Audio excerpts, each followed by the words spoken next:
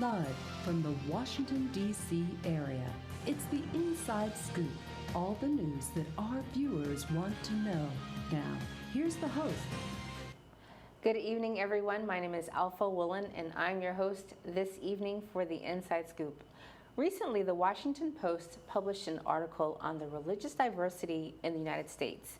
Even though it primarily focused on Christian religions and it omitted Judaism and Buddhism and Islam, it did focus on the diversity of the Christian faith in the country and how those regions are affected based upon the religious preference of those citizens, as well as policy.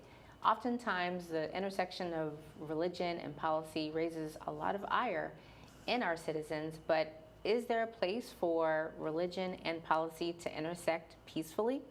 Tonight we have with us the Senior Director of Development, Adwoa Rey, of Faith in Public Life to discuss that very thing. Adwoa, thank you so much for joining us. Thank you for having me, Alpha. Of course. So gosh, religion and policy, super controversial, especially today. So but before we get into that, I want folks to know who you are and what brought you to the organization Faith in Public Life. Well, thank you again for inviting me to your show today, Alpha. I am so pleased that you are doing this. We do not talk about this enough. In fact, one of the sayings that I heard often growing up is faith and religion are the two things you don't discuss, especially at the dinner table. Right. So thank you for bringing it here to this forum so that people can really learn about how there is an intersection, a very natural intersection between the two. I came to Faith in Public Life in an interesting way. I have followed the organization for quite some time. Oh. I am a former Capitol Hill staffer. I worked on the Hill at a time where something very interesting was taking place. We started to see conversations about faith and politics, conversations about faith and policy, I should say. There was a task force that was developed while I was there, and it brought together members of Congress and discussed issues of faith and of policy. And I was fortunate enough to sit in on some of those meetings, and it really sparked an interest in me. So I decided to go to divinity school, which I had a calling for a long time, but I recently discovered at the time when I was working on the Hill that faith does truly intersect with policy. And I decided I wanted to explore that more. So once I left the Hill, I started working for faith-based organizations as a congressional consultant, as an advocacy consultant in the policy space. And I ended up actually creating a nonprofit that provided advocacy training and political education to faith organizations. And when I started to sort of explore this area, one of the panelists that was at one of these events that the task force held was very much at the center of faith and policy. And I listened to him, and I started to follow him, and I started to seek out other leaders that were doing the same thing. And one of those leaders happens to be the founder of Faith in Public Life. Oh. So I had been following the work that they have been doing for quite some time. I have a colleague that is now the president of the organization, who I really admire her leadership, and she's really taken the organization to new heights. And I'd said, you know what? I've worked for all these different faith organizations. Faith in Public Life brings something really special to the space, and I wanted to be a part of that. So I also learned that you can have all the ideas in the world, you can have the best vision, the best mission, but if you don't have the resources to bring that into fruition, you won't be successful. And that's why I decided to join the organization as Director of Development, helping to bring those resources to an organization that I feel deeply connected to its mission. Wow. And so is it just the Christian faith or one type of faith, or is it all faiths? How does it work? It is multi-faith. And that is another sort of distinguishing factor about the organization. It is very much committed to multi-faith. It's very multiracial as well. So we don't only focus on the Christian faith and Christian leaders. We focus on all leaders, multi-faith leaders. So that's what really makes it exciting for me, because we know that it's not just Christians that need to be doing this work. It's not just Christians that are out there doing this work. There's really a strong diversity amongst our faith community, and being able to bring everyone in creates a powerful movement. So one phrase that is in your mission statement, it says moral imperative, and I'm going to read it. It says, faith in public life advances the moral imperative for a just, inclusive, and equitable country so everyone is able to live into their full humanity, which I think is fantastic. But how do you measure what's moral when you have so many different faiths that have different parameters for what morality is? Well, there's a diversity in theology or belief across the different faiths, but there are also tenets that cut across all faith traditions, I should say. Treating someone as a human being, respecting the dignity, the sanctity of life, of human life. That cuts across all of the different traditions. So finding those places where there is a commonality and an imperative to protect people, to advocate, to mobilize around issues that protect those tenets that we hold in common is really important, and that's what we try to do.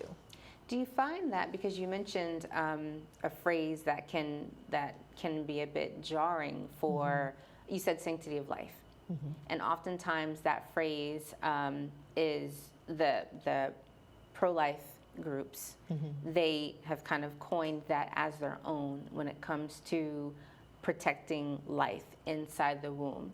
So do you find that, but that means all life, inside the womb, outside the womb. Do you find that when it comes to different faith communities, that the how of making sure, like you said, there are tenets that everyone should agree with. No one should be homeless. No one should starve. Everyone should be protected. Do you find that there are religious groups that kind of disagree with the how of the implementation of those tenets? Of course. There's never full agreement on anything.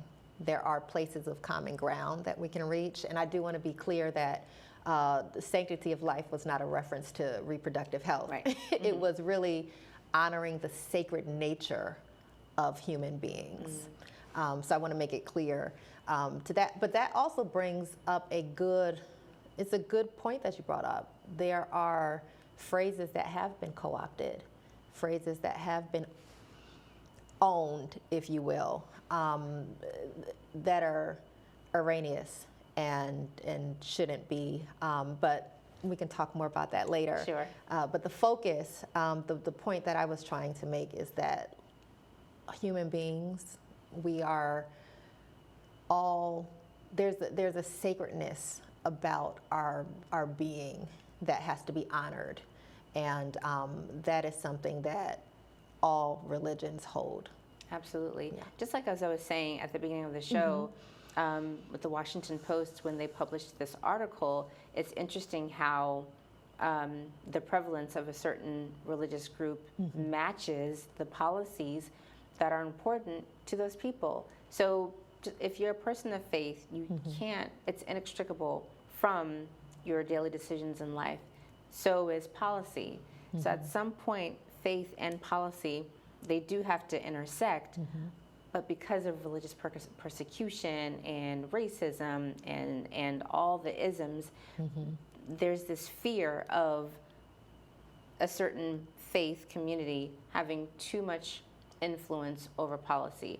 There was a phrase when we were just a couple of seconds ago talking about phrases that were coined. I'm thinking of Christian nationalism, and how some people might erroneously think that that is a new phrase, and it isn't.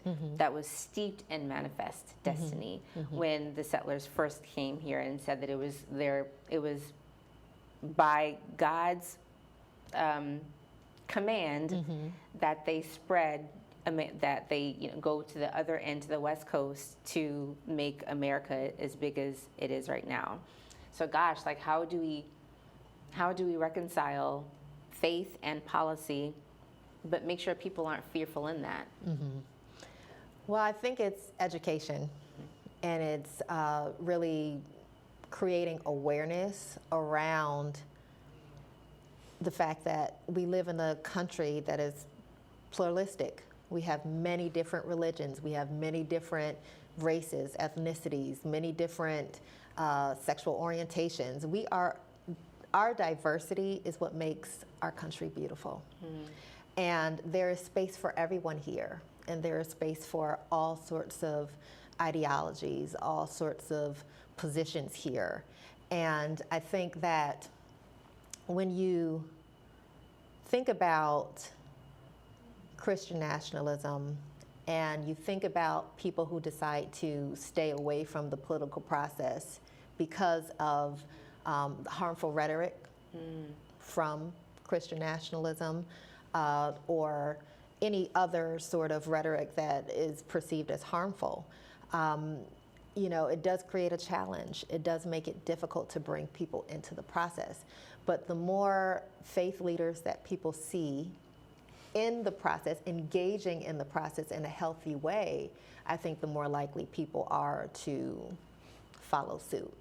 It kind of gives people permission. It says, hey, we're not all the same in terms of the rhetoric, what we believe. And even if we do believe the same things, we're not talking about necessarily in the same way. Some people talk about things in a harmful way.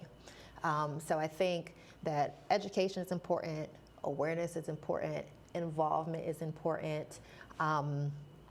Even within the Christian faith, there are many different theologies around involving in the political process. The Christian faith even is not a monolith. So when you think about, in terms of beliefs, this is why you have different denominations, and even within denominations, you have different churches that interpret the sacred text in a different way. So you can just imagine when you're talking multi-faith, how many different perspectives, and just making sure that there is space for everyone to engage in the process is really important. Yes. So how does faith in public life even begin to tackle that? No. Well, first of all, faith in public life creates space for everyone by involving multi-faith leaders, grass top leaders in the process. Okay, so we'll be right back to continue that definition. Please make sure you don't go anywhere as we continue our conversation with Adwoa Rey of Faith in Public Life.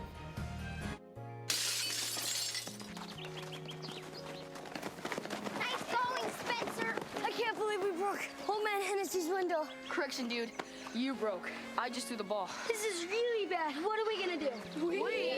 Go to the door and ask for the ball back. Are you serious? It's my ball, Myrtleback. You're so dead. I'd run away. Yeah, to Uruguay. Kiss your life goodbye. Sorry. Let's go. Yeah, you never mean you're well. Nice one. Some friends you are.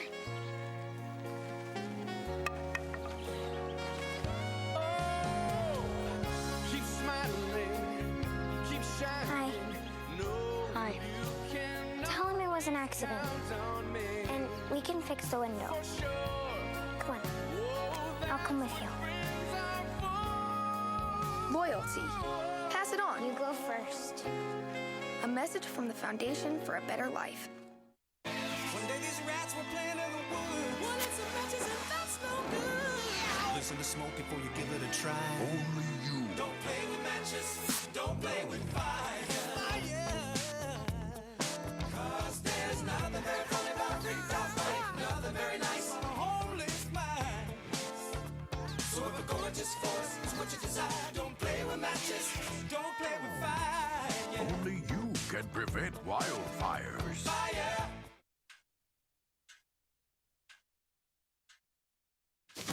Awkward. I'm the awkward silence. You try to avoid me, then there I am again. But an awkward silence can be a great thing. Like Kelly here is about to demonstrate. You haven't really been yourself lately. Are you okay? Find out how you can help a friend with their mental health at seizetheawkward.org. We're back to the Inside Scoop. here again, your host. And thank you so much for coming back and joining us here on Inside Scoop as we continue our conversation with Adwoa Rey, who is the Senior Director of Development for the organization Faith in Public Life. And so, Adwoa, when we left off, we were talking about how this organization, Faith in Public Life, begins to tackle the really, really hard task of bringing together people of different faiths to work together for policy that makes sense for everyone. Well, thank you, Alpha. Again, we have a very special mission, and it's not an easy task, but it is extremely impactful and meaningful work that we do. And what we do is we organize grass top faith leaders. So the grass tops faith leaders are your highly influential faith leaders that have large networks, large reaches, extensive reaches that can really influence people and bring people into the work, if you will.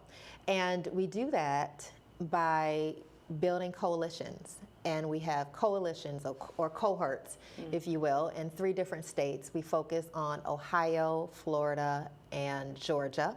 And we also have a national coalition that we are building as well with these grass tops, highly influential faith leaders. And we are engaging those faith leaders and mobilizing those faith leaders on 2 very important issues, democracy and reproductive health and equity. And a major tenet of our democracy work is political violence, which I hope we can talk about later. But we do that in a way that is truly multi-faith. It's not multi-faith just in name, just in theory. It's literally bringing different people from all faiths together to strategize, put forth a faith forward strategy, and then to take action. Absolutely. And so, yes, let's absolutely get into the topic of preventing violence, political violence. I think there absolutely should be action and energy toward preventing all violence, but specifically political violence, which can keep people from voting, which can give people the impression that their voice isn't important. I'm so glad that you all are doing that work. So what's some of the initiatives or tasks that you all implement toward that? I think really bringing people together around this issue is the most important task, because people understand that political violence is a real threat, but we don't talk about it and we don't act proactively to help prevent it. And faith leaders, especially grass top faith leaders, they're trusted messengers in the community.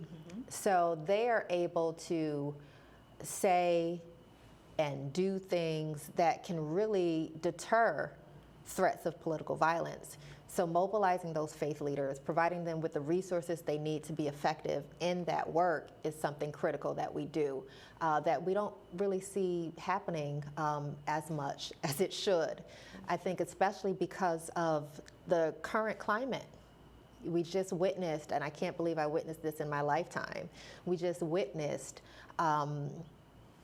a shooting at a rally of a political candidate.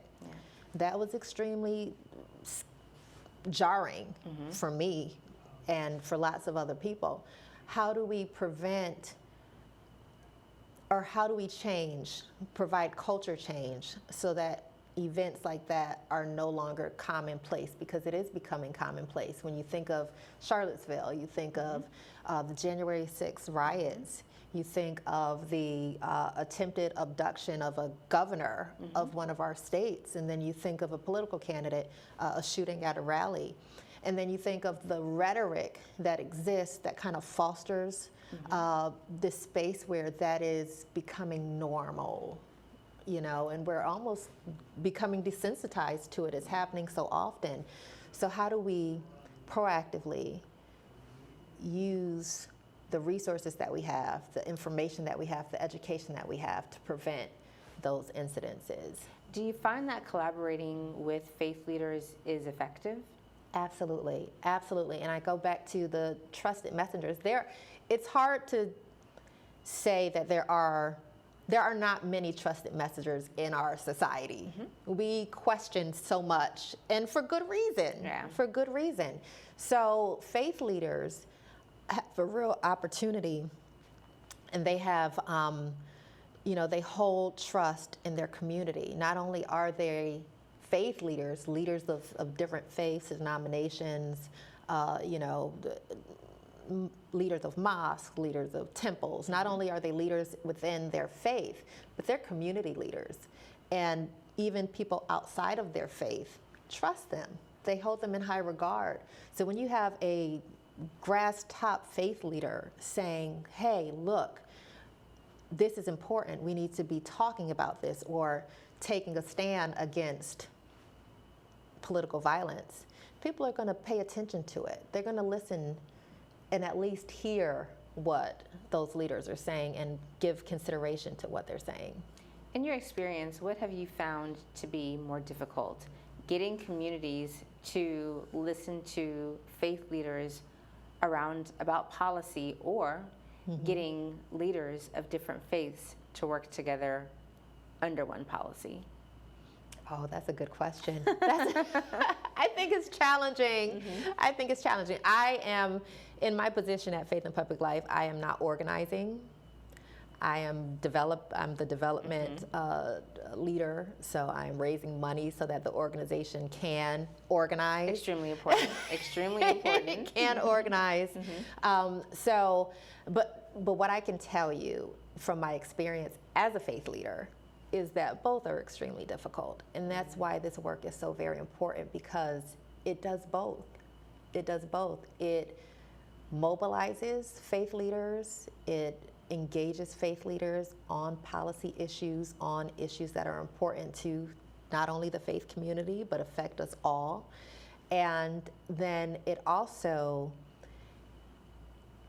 brings a togetherness that is lacking, that we know is important in order to be effective mobilizing. Sure. I think one of the most maybe divisive issues, or maybe divisive or controversial, or something that touches everyone, is reproductive health, or at least it should touch everyone. It touches women specifically because these are our bodies. It touches the family, which men care about, if they're husbands, if they're fathers. So talk about your work when it comes to policy around reproductive health. I will tell you that an unknown fact to most people is that most Americans actually support reproductive health and equity. The overwhelming majority of Americans support reproductive health and equity. So although it is a difficult conversation to have, there is some alignment around beliefs that reproductive health and equity is important and should be protected. The work that we're doing, and I'll share, because we're doing multiple things on these issues, but for me as a faith leader, I am most excited about the work that we're doing with theological schools. Oh. And what this campaign is focused on is educating, affecting the curriculum, trying to impact the curriculum and educate faith leaders who are being developed in their school, their theological school, their theological institution of education, through curriculum, through certificate programs, through different ways, to really prepare them to provide compassionate care around reproductive health and equity in their congregations, in their mosques, in their temples, as they are leading faith groups. Sure. So that's something that's really exciting to me, that I think there's a gap around that. I honestly haven't seen any organizations do that, and haven't gone to seminary. Proud graduate of Howard University School of Divinity. Okay. I can tell you, and we are very socially conscious and aware. But I can tell you that a lot of theological schools aren't engaging around this subject, and it's important to do that. Sure. As the Director of Development, as you said, your role is primarily to bring in finances and funds to support these initiatives. What do you find is the biggest hurdle when it comes to encouraging organizations and benefactors to support your organization? Well, you know, I think it is, and you touched on this, it's a lack of understanding or awareness about the good work that faith organizations do. And that faith organizations are also out there standing alongside secular organizations in doing this important work to protect our democracy, to build a thriving democracy, to make sure that the dignity of every human being, regardless of who they are, is valued and is respected in our society. Wow. I think it's so important to, and I'm sure it is difficult work. I think if you're someone that has grown up with one particular religion, you are convinced, you are taught, you are indoctrinated with the idea that everyone else is wrong. And to collaborate with these other groups is counterproductive. It shows a weakness in your faith. But if you have some level of conscience and you're looking at the news, there should be something that tugs at your heart that says, I can't sit here in this Christian bubble, in this Muslim bubble, in this Buddhist bubble, and do nothing for fear of working with someone because they believe differently than I do. So I guess maybe what's some advice that you can give someone, that you can give a leader that says, I want to reach across the aisle, I want to reach across the road, I want to reach past the pulpit, but I don't know where to start. What would you advise them? Well, I would say that the most successful movements, any social movement, any movement, if you look throughout world history, required cooperation. It literally required you to reach across the aisle, or, you know, work with someone that may not have come to mind at the beginning of whatever effort you were trying to engage around. So I would say cooperation is important, and just keeping that at the forefront of your mind. But it also takes courage to do that. Absolutely. Thank you so much for staying with us. Don't go anywhere. After these PSAs, we're going to continue our conversation with Adwoa Rey. So, I just moved in with this family, and it's embarrassing. The little one, he likes to go outside and crawl around in the giant litter box. I don't know what he's doing. I mean, I was born and I knew how to use the litter box. Look at that. That's disgusting. Oh, poop already. You're making me nervous. Oh, okay, I can't look at this anymore. I really hope he grows out of this, for his sake. So how was work? It was 1,300 hours. My math class from 302 was in the trenches. Davy Roth had it the worst. Fractions were coming at him left and right. He just didn't get the damn things. 2 days ago, I tried to teach him what 1/4 of 1/2 was, using different sizes of blocks. Yesterday, I tried again by dividing up pizza. Both missions failed. Oh, no. But today, I was ready. I created a combat math game where the only way to beat the enemy is to out-fraction them. Davy conquered every last denominator.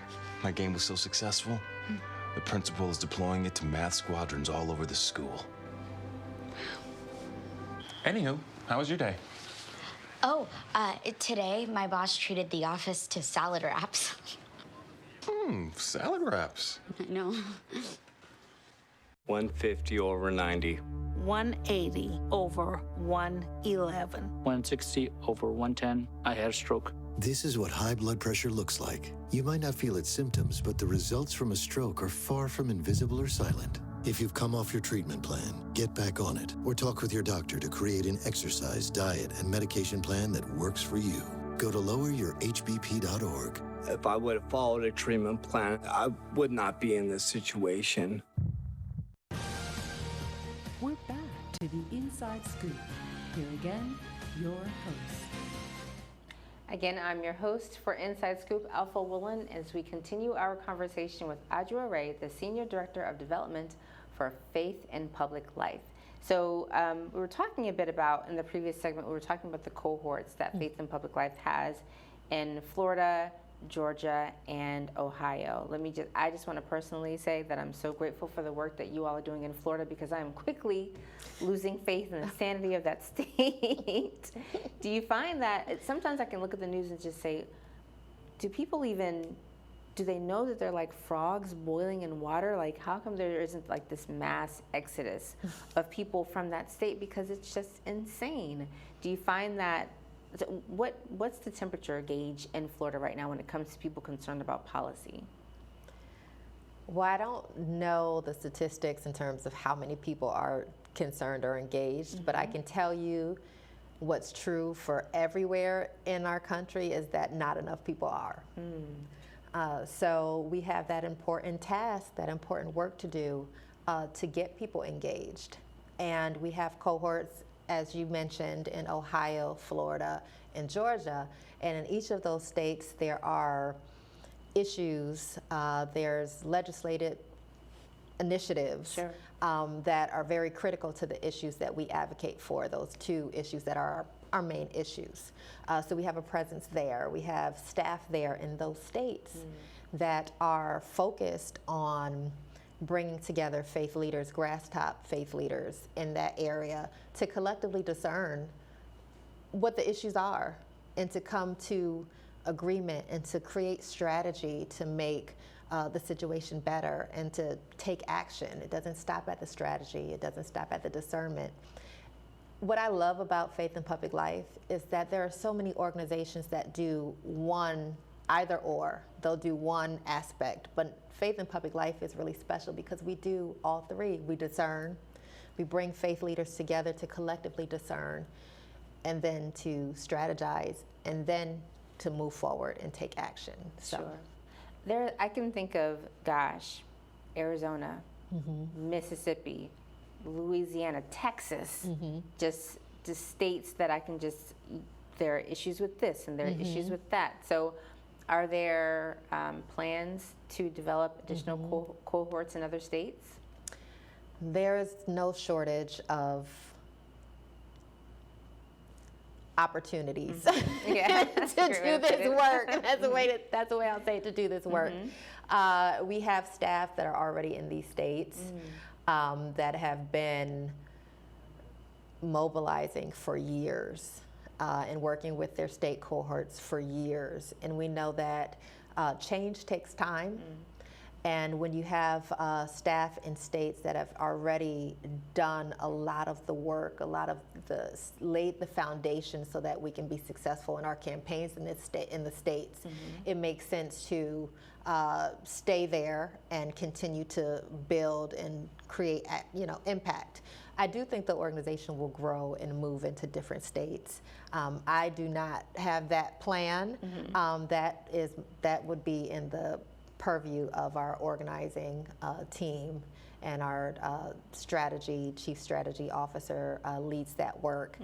But I can say that where there's a need, Faith in Public Life will show up for sure. We're very strategic about the way we do that so that we can garner the best results. And there's been a long-lasting relationship with the communities in the states that we're working on, and we have had some successes, some major successes. So we're continuing to grow in those areas and do the work in those places. And even in those places, there is no shortage of opportunity to make an impact because, as you said, there are challenges that continue to arise. Sure. One aspect that I want to focus on within your organization is the Faith in Public Life Action Fund. And according to your website, it's the mission is to use the moral imperative for justice, inclusion, and equity to advocate for policy change that inscribes the full humanity of each of us into law. So talk a bit about, I guess, the difference between like Faith in Public Life and then the Action Fund. Well, the main difference is with Faith in Public Life Action Fund, that's where we do our advocacy work. That's where we address our legislative priorities, if you will. So that's the main difference there between the Action Fund and Faith in Public Life. So we're doing work in those states, legislative-based work, and we're also doing national legislation. We're advocating for national policies as well. So that's the major difference. The Faith in Public Life is more focused on education and mobilizing around those issues, our two major issues. Faith in Public Action is doing the actual advocacy work around those issues. Sure. I think sometimes people forget that creating change, especially in the policy space, requires resources. Oh, it does. It takes time, it takes resources, it like you said, it takes time. There's an actual effort. It's not easy to just walk up and maybe give a speech or go to a listening session, but there's this constant churn that takes place to create that change. And so it's great to hear that your organization is behind that. Yes, yes, indeed. There's also, so your organization also has a podcast. I always do my research on my guests. You do. And so the podcast is called Wrestling Out Loud, Faith and Liberation. And so your CEO, she leads that? Yes, yes. Our CEO, Janae Lewis, is absolutely an amazing leader, and it's very exciting to see her lead the podcast because she's very engaging, she's well versed on all the issues, and the podcast is part of Faith in Life Action Fund. So it's an opportunity to really wrestle with those political issues, those policy issues that, as I shared earlier, you're taught you should never have that conversation, especially if you want to keep everything peaceful. No, we can wrestle with these things. We have to wrestle with these things. There's no way that we'll be able to move forward if we don't have constructed conversations about these things. So what she does is she talks about those issues.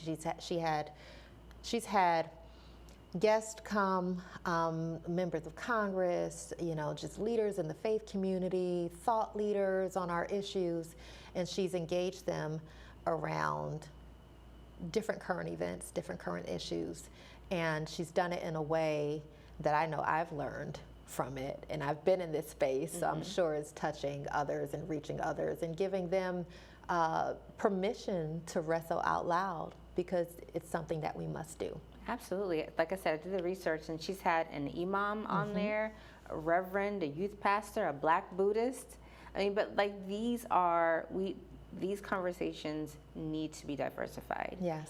Policy should not be, the problem with policy is when it's shaped in a vacuum, or if we shape policy, or when a country begins to create life, a better life for people of a certain demographic. If policy only benefits men, or only benefits Christians, or only benefits people with children, like what does that say for other people? And that's why it's so important to have conversations with people from different faiths and different backgrounds and different genders to shape policy. Yes. So I'm so glad that your organization is a part of that. Thank you, thank you. And I love the organization for many reasons. That is one of the biggest reasons, because it creates space for people to engage in the process.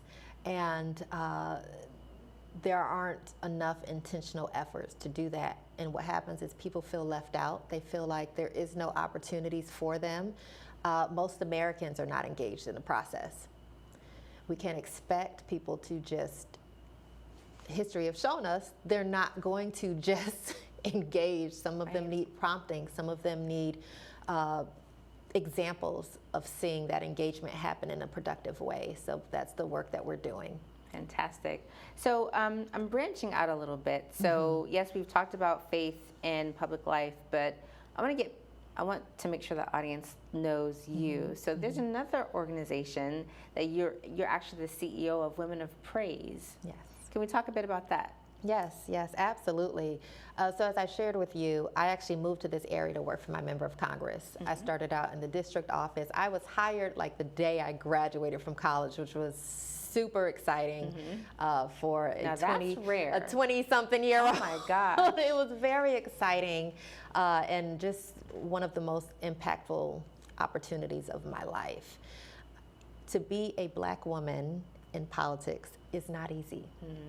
And I learned that very early on. It's a white male-dominated field, and sometimes women of color don't feel welcome parts of the process.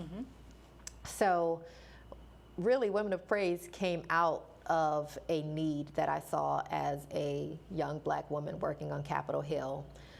There was one day, and I'll never forget, in 2007, I was just having a bad day. It was just a really rough day, and I just felt aware of my Blackness. I felt aware of my, just being a woman, and I felt isolated.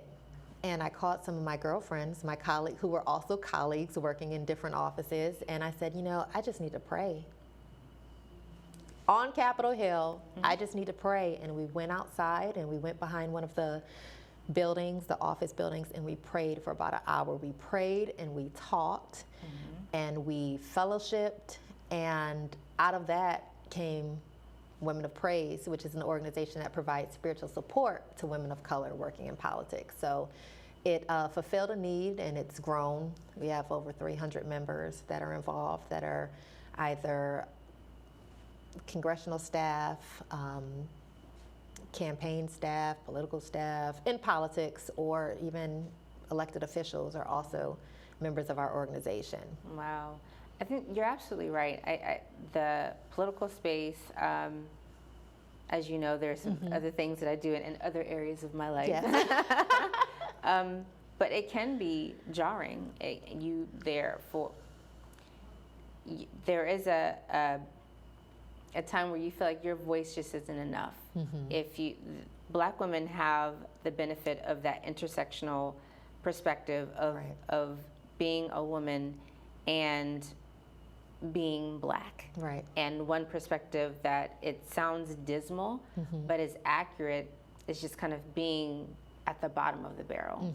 And the reason that we are able to open up doors for everyone else is because we know what it feels like to be silenced. Right. We know what it feels like for your voice not to be counted. Yes. We know what it feels like to say, go sit over there, you don't have a place here. Right. So when we get back, I definitely want to get more into Women of Praise and how you help women and Black women in that space. So please make sure you don't go anywhere as we continue our conversation with Adwoa Rey, Senior Director of Development for Faith in Public Life.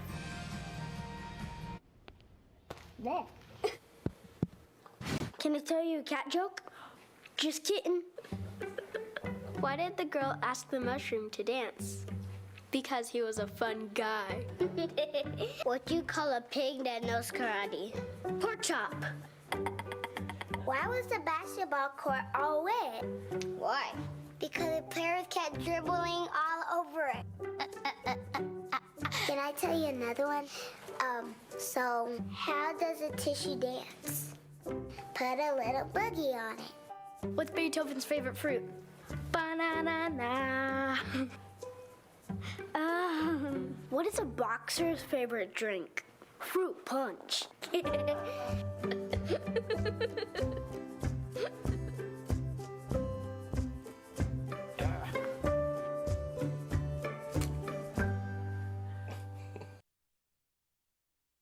Mom, I got it. What are you doing in there? I got stuck. Are you a dog? I wouldn't do that. Have you seen the pliers? Where'd you find those? It's not your birthday. Sorry. Bye, Grandpa. Bye, Grandpa. Take care of yourself. What are you doing? What are you looking for?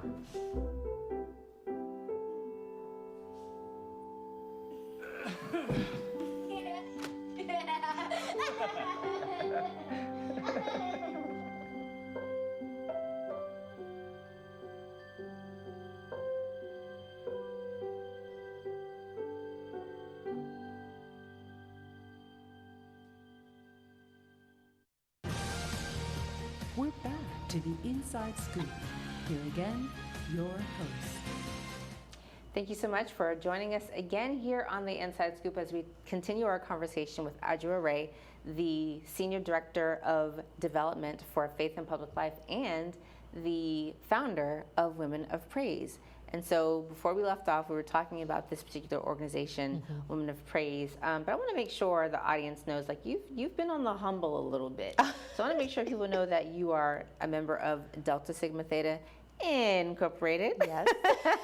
As well as when you talk about the work that you did on the House, you were the special assistant to the vice chair of the House Democratic Caucus for Representative John Larson, Democrat of Connecticut. You're also a member of the National Coalition of 100 Black Women, and you serve as the Good Shepherd Housing and Family Services Community Leadership Council. You serve on that. So you have all of these hats. So when you talk, you know what you're talking about. Yeah. You've got receipts. So let's go back to the work that you said. You were on the Hill, and you were just having a moment where you realized that you were a woman and that you're a woman of color in a very male, white dominated space. And I was just saying, I was piggybacking off of that, how in this political space, we can see right now with what's happening with Vice President Harris, just the visceral attacks against her identity. It's just disgusting. And so that doesn't only happen at the larger level, that also happens in everyday life. And so you were talking about how you just had how the sense of community helped you get through that moment. Yes. And so that's how Women of Praise developed? Yes, that's how it developed, and we decided that we were all, I shouldn't say this publicly, but it was our lunch hour. And I'll just say we got back a little late because we got, we were just got so caught up. it was so refreshing. It was so refreshing, and it just so happened that we all had a similar type of day where we all were very consciousness of our being. And we decided to meet bi-weekly and then weekly, and now it's a 501c3 organization. Wow. So it started out as a passion project, if you will, just to fill a need that existed there. It still does exist there. It exists everywhere. Just a sense of loneliness. And it provides a sense of belonging for women of color that I am very proud to be a part of it. Absolutely. And I think that is the role that faith is supposed to play in our daily lives. And when life just happens, it's supposed to be refreshing. Yes. You come back you take your moment to yourself, whether it's meditation, prayer, community. You come back, you're more whole, you're more focused, you're more, it's easier to interact with your neighbor. And I think that every faith group wants to provide that to their membership. Yes. And I think it's so important. Imagine if those who, in Judaism, Christianity, Islam, did I say Buddhism already? Imagine if all of those groups came together with that same desire to make sure everyone felt a sense of belonging. How much further could we get when it came to creating policy in this country to make sure everyone, like it says in your mission, that humanity, everyone's humanity is taken into consideration? Yes, absolutely. And that's the work. That's the work that Faith and Public Life is doing. It's the hard work. I keep saying it's the hard work because it is truly difficult to do it, but it's not impossible.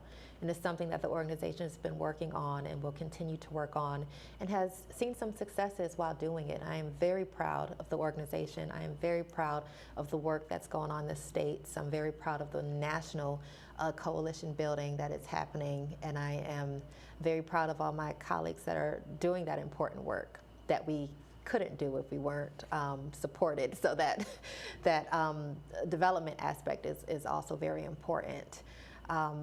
But people are longing to belong. There's something in the core of our spirits that want to belong. We want to be heard. And organizations like Faith and Public Life provide that opportunity. So are there any initiatives, events in either Faith and Public Life or Women of Praise that you want to bring light to? I will say if you are tuning in here, but you have family and friends in our states, our cohorts, please tell them about Faith in Public Life. We always have something going on in the states.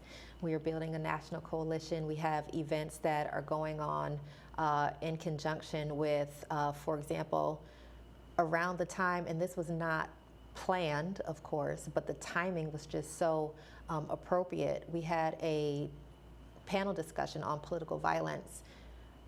It was held in conjunction with the RNC. Oh, wow. And it was the weekend of the shooting.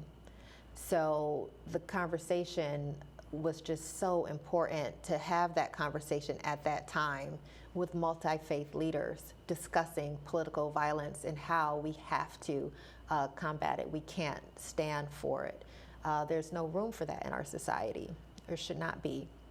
We also have an event that we're hosting in conjunction with the DNC, not partnering with these organizations, but happening at the same time around these big events on reproductive health.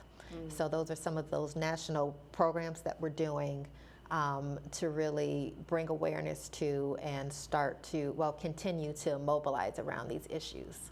How do you quell concern that the activities that your organization is a part of isn't in collaboration with any specific political party?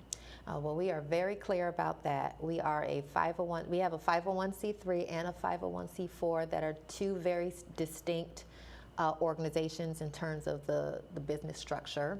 And we are on the 501c3 side. We do not collaborate with any party or any particular candidate. It's completely separate from that. And I think part of the education that we need to do as faith organizations and faith leaders even, most faith organizations are 501c3, and just bringing education and awareness around those structures so that people are clear on what those structures can and can't do.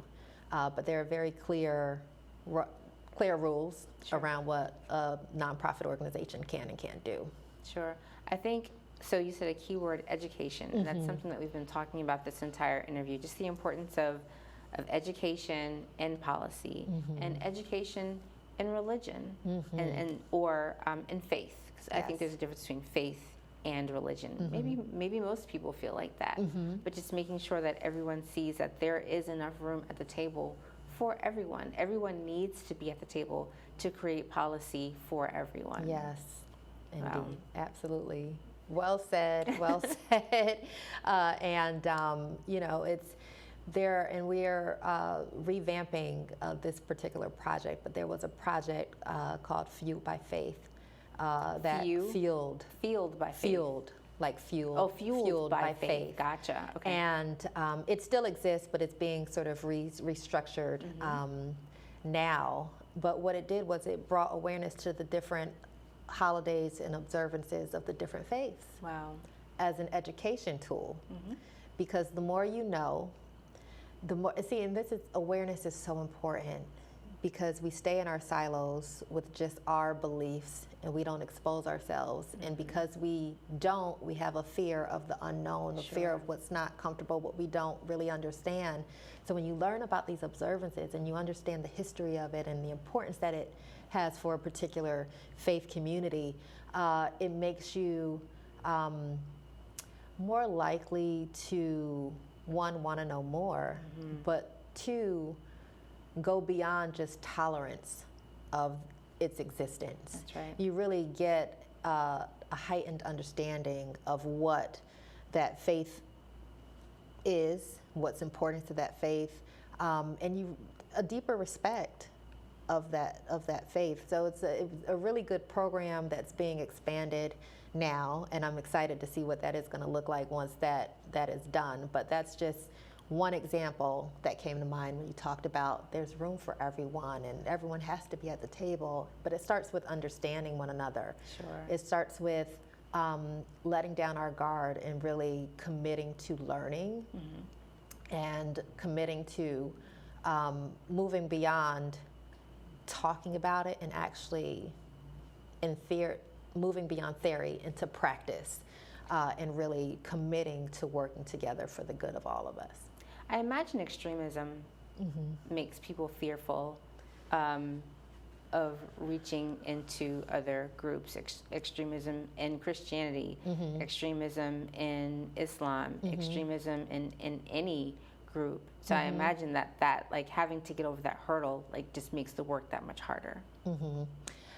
Yes, and I think that's for anything that you're doing. Any effort that you're undertaking, there's going to be an extreme aspect of that work, which it does make it more difficult. But I think realizing that those extreme fringes of any group are fringes. They're not the majority. They're not, usually the ideology, the theology, the whatever ology of those groups are not widely held.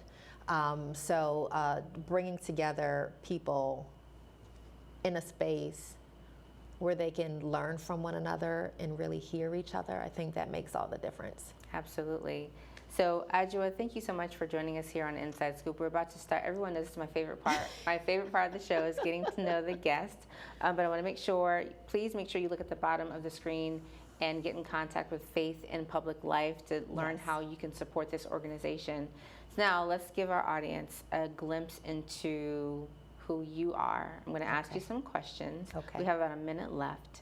And so feel free to give a quick anecdote to your responses. But first question is this: Would you rather go on a Caribbean vacation or backpack across Europe? I'm going to say that's a hard one because I love the outdoors, so I would do both. But I would say maybe the Caribbean vacation, just because the warmth and the water. Good answer. Okay. Would you rather have the ability to understand any language or the ability to be invisible? I am such a communicator that I would say understand any language because you too? Yeah, okay. Yeah, same. Okay. Do you have a signature dish that you're known for? My macaroni and cheese. Really? I'm coming over. Yes. Okay. It's grandma approved, okay? Then that's it. That's all it takes. Okay, last question. What is your least favorite part about adulting? Oh my gosh. The responsibility. Sometimes I just want to go back to no responsibility. I'm a kid. I just get let it. mom do it. I Let dad do completely it, agree. okay? Now I am mom. Thank you for joining us for Inside Scoop. We'll catch you next week.